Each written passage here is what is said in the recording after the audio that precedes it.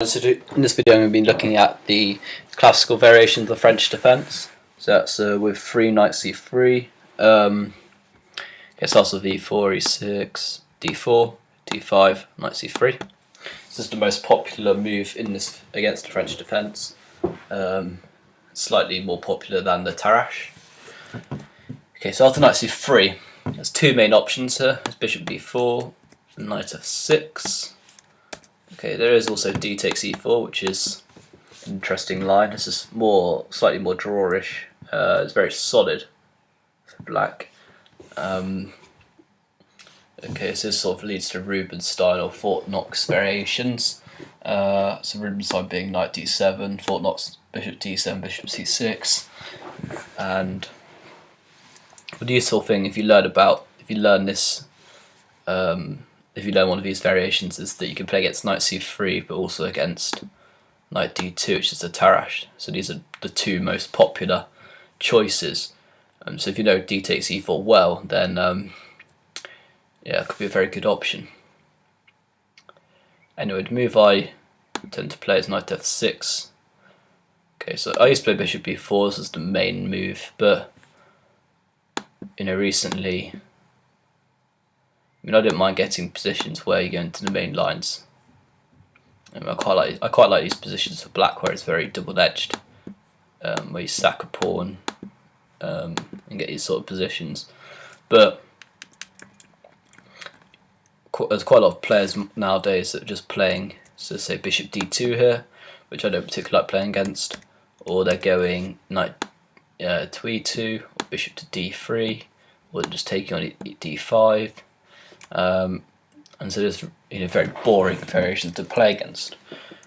So that's why I'm playing knight f6 a lot more these days, because there's normally only two options here. It's either e5 or bishop to g5. Okay, so after e5, knight d7. I was looking at knight e4. I thought this move was quite interesting, especially if white takes. This looks pretty logical by white. It creates double pawns, but now black gets a lot of play against the d4 pawn, which tends to become weak after moves like c5, knight c6, and it's actually very hard for white to capture the pawn on e4. For example, if the queen moves to e2 to attack the pawn, and queen can take on d4. If knight e2 and knight g3, then black's just going to play c5, knight c6, and win the d4 pawn. So it's actually quite an annoying pawn to try to capture. Okay, so but what I found after knight e4 is that knight c2 is a very good move, because now white's threatening to play f3 straight away, winning a knight. And I can't quite remember how this went, but something like f5. So after f3, you can go knight back to g5 and back to f7, and then after like h5, it was led to very sharp. A very sharp continuation. I can't quite remember if it was correct, but anyway. Okay, so I was going to play knight d7, sort of main move, and now f4, c5. So the idea of f4 is that once white attacks his d4 pawn, he doesn't mind putting knight on f3, so he doesn't mind recapturing the knight, since this e5 pawn is still going to be defended. Okay, so knight c6 is the main line, but okay, so this knight c6 move is played pretty much without hesitation. Everyone has played it. It's a developing move, but also attacks the d4 pawn. So we know what could be wrong with it. Okay, there's nothing wrong with it, but recently I've discovered a new, very interesting idea. We play queen b6 first. Okay, so there is lines where you play knight c6, and after bishop e3 you can play queen to b6. This is in fact one of the old main lines. But the problem with playing queen b6 now is white can already play knight a4, and then after the check c3, and then after b6, which is an interesting idea. The idea of bishop a6, try to prevent white from castling. Bishop d2 is actually a very annoying move to try and meet, because c4 is a big threat, and so black has to play c4. And now we just closed up the queen side, and now white's ready to attack on the king's side. So yeah, I didn't like playing this line since tend to lead to good positions for white. After queen b6 first though, we notice, okay, so now bishop e3 is no longer an option, because now we can just take on b2 immediately. Yeah, okay, so this is very good for black. So bishop e3 is not an option, so if bishop b3 can't be played, and queen d2 won't be able to be played until the bishop's moved. Knight a4 looks like the only other idea. And okay, so if queen check and c3, then this just transposes. But queen c6, however, is the interesting idea I was looking into. Okay, so the idea of queen c6 is quite clever actually, because now so the knight, because the knight hasn't developed, this c6 square is now available for the queen, which it wasn't before. So the queen had to go to a5, where it's probably not the best position.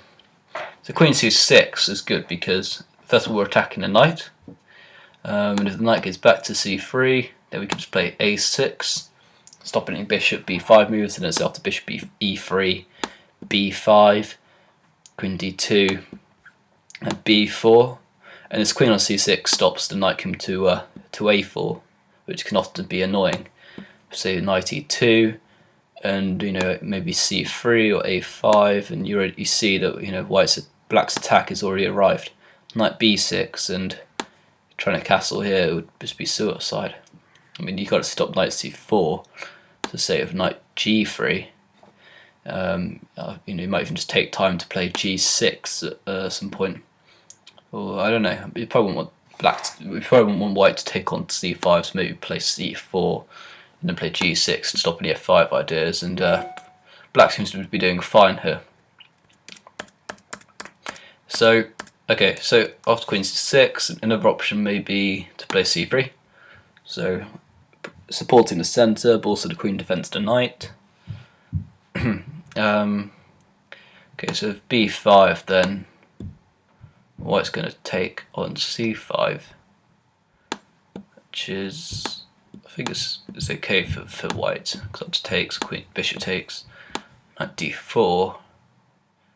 We're going to have to recapture, and obviously maybe queen takes, knight d7, bishop e3. You see that white's going to get a better position. So he has the two bishops as well. Okay, so b5 is probably not the best here. So okay, so we could try c4. c4 looks very interesting. Because after c4, now b5 is a threat, and after knight to c5, now he's no longer taking one of our pawns, and so we're going to be a pawn up. So after b5, he's got his knight's in a bit of a rubbish place actually, and so okay, so he might play b4 here, and I wonder if we can hit him with b5. I mean, after b5, so, okay, so we want knight b2, you can play a5, immediately attack this b4 pawn, and if he defended, then we are just simply winning a pawn. Obviously pawn can't take, a pawn can't take, so we play rook takes a1, and after c takes, we just play bishop takes b4 check, and pawn takes rook. So that just wins a pawn. The king's going to have to move or something. Okay, so that's if you play knight bd2, knight to b2. So, but knight c5 might be an option here. It probably is. Yeah, it probably is an option because. Okay, so if black was to take, probably d takes c5, and now you see that knight coming to d4. It's going to put the knight on a very good outpost. So this makes it very hard for all of black's pieces to try to develop and get into the game. So this probably can't be recommended either. Okay, so after b4. Okay, so we can't play b5 yet, so how about we take this first? C takes b3. Queen takes b3 doesn't really particularly make any sense because it's just going to leave you with two weak pawns in the endgame. A takes b3, however, means that the knight's protected. Pawns are, his pawn structure is still fairly good. And now the rook occupies the half-open a file. But after b5, then it's a takes b3 probably can't be played. So after b5, we're attacking the knight, and after knight goes back to b2, we win the c pawn. So now after knight c5, we're just going to win a pawn as well this way. So this can't be recommended either. Black's just going to be a pawn up. Okay, so if so this probably means queen takes b3. But now, okay, so we can't play b5 at the moment because it'll be bishop takes b5. But Black's already achieved something, I guess, as White has now got some very weak pawns for the endgame to aim at. Also, his bishop on c1's probably not very good. I was thinking of moves, maybe knight b6 might be an idea. I was thinking of playing a6 and b5. Okay, so let's try a6 then. I just noticed after knight b6, this would be losing for white, for black. After bishop b5, so a6 makes sense. Okay, so it stops any bishop b5 moves, and we're threatening to play b5 ourselves. Okay, so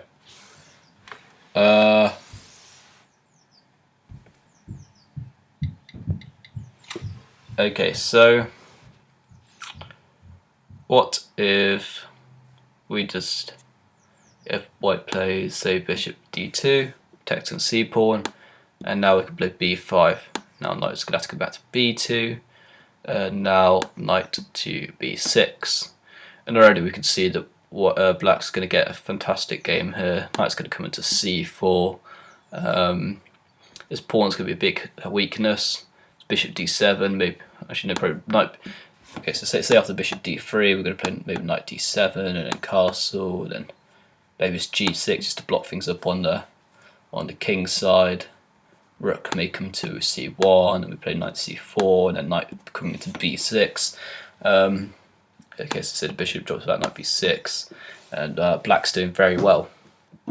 Okay, so if white tries expanding with g4, we can just play h5. So okay, I mean that's pretty much it in this line. There's not much theory on it because it hasn't been played that much. It's a very interesting idea though, because after bishop b3, obviously this can't be played because we just mentioned queen takes b2, now to knight a4, and okay, we're going to play queen c6. Okay, so the only other move is bishop g5 for this variation. And okay, against bishop g5, I recommend to play this line: takes, bishop e7, and now bishop takes f6, g takes f6. So this is slightly unusual by black. Seems to be just be weakening his king, but in fact, black tends to get a good position in these lines. So say if knight f3, a6, so preparing expansion on the queen side, bishop d3, b5. Once again, the great thing about this line for black is there's not much theory on it. There's not really any theory. It's just a sort of system where you can play a variety of ways. So queen e2, bishop b7, and now castle. Okay, so after castles we can just play f5, knight back to g3, and now just play with bishop d5, attacking the a pawn, king b1, knight d7. Okay, so our knight can come to f6 into e4, or maybe to b6 into c4. So black has a lot of options here. You might even play h5, h4. Normally white tends to play rook he1. The idea of maybe sacking a piece, and after takes, knight takes f5. There's a lot of pressure against the bishop on e7. Okay, but so king f8, and now queen e3. So we're getting out of all these pins, king f8, and now we can just try h5. Maybe h4, and now just knight f6. Okay, the king looks very weak, but it's very hard for white to actually attack the king. We're threatening knight to g4, and so say knight e5 makes sense. And okay, so taking g2 is probably not recommended after f3. We could still just play knight to g4 anyway, and after takes, just h takes. And black tends to be doing fine and always lines to a factor is going to be winning a pawn, I think. Because after h5, or then we can play bishop g5, and black's doing very well. So, I mean, this line's quite tricky for white to handle, especially as you wouldn't have seen this sort of move order before. Okay, if castle, then we can play f5, and now knight g3. We can play knight d7. The rook might come to 8e1, and just then knight d7 might play h5 first. Trying to go h4, and this is always very annoying for white to meet, because now for rook e1 we go h4 and bishop takes, so we could just take the knight. Okay, so now the knight needs a better square to retreat to, since knight h1 is not going to be any good, and h4 just loses a pawn, not straight away, because it'll be knight takes f5 ideas, but after h4 we can just consolidate with knight d7 moves, or maybe bishop takes f3, but we have to be careful of our rook. After queen takes, queen will be attacking our rook. But anyway, later on this pawn h4 would be very weak. So queen e3 looks like a reasonable response. Hence, knight can come back to e2 and to f4. Okay, so now we're going to play h4, knight e2, knight d7, knight f4, knight f6, rook may come to e1. Any rook, I don't know. Can maybe stick this rook here, then maybe this rook here, and now okay, it might be knight takes d6 moves. So you could have played bishop d5, and notice how black's position is just very solid. King f8 is always a useful move, or you can just go queen to d6 and then just castle queenside. That's always a good option. And stick a rook on the g file, maybe knight to g4, knight e4. So really depends on your taste. So there isn't really much on this position. It's the same sort of moves every single time against each variation. So you just go a6, b5, bishop b7, f5. So yeah. So yeah, there you go. I've provided you two slightly unusual lines in this video, which are very well playable. I've scored very well with both of these lines. If I hadn't, then I wouldn't be recommending them to you. So yeah, there's nothing else to cover really. I mean, you can try d takes e4. That's always interesting to learn. Just know a bit about it, as you can play that against the Tarrasch as well. So that's always useful to know one of those sort of lines, like say the Fort Knox. And I learnt that for a bit. Just as a sort of backup weapon, I guess. You can just play that against a Tarrasch or a classical. Anyway, that's all on this video. So I'll be moving on to my next video, which will be on the Tarrasch. Thanks for watching. Bye.